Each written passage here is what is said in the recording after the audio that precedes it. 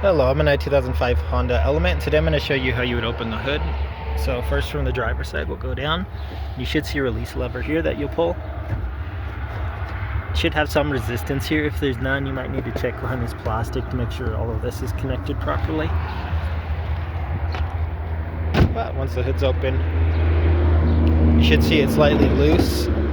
But towards the middle, you'll find a lever here that will push and lift.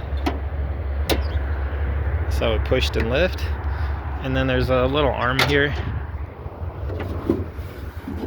that you can use to help hold it up. There we go.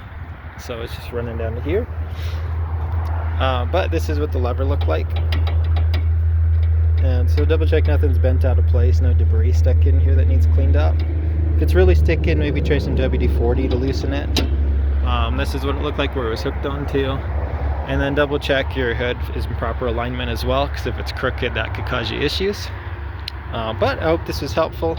Hope you have a wonderful day.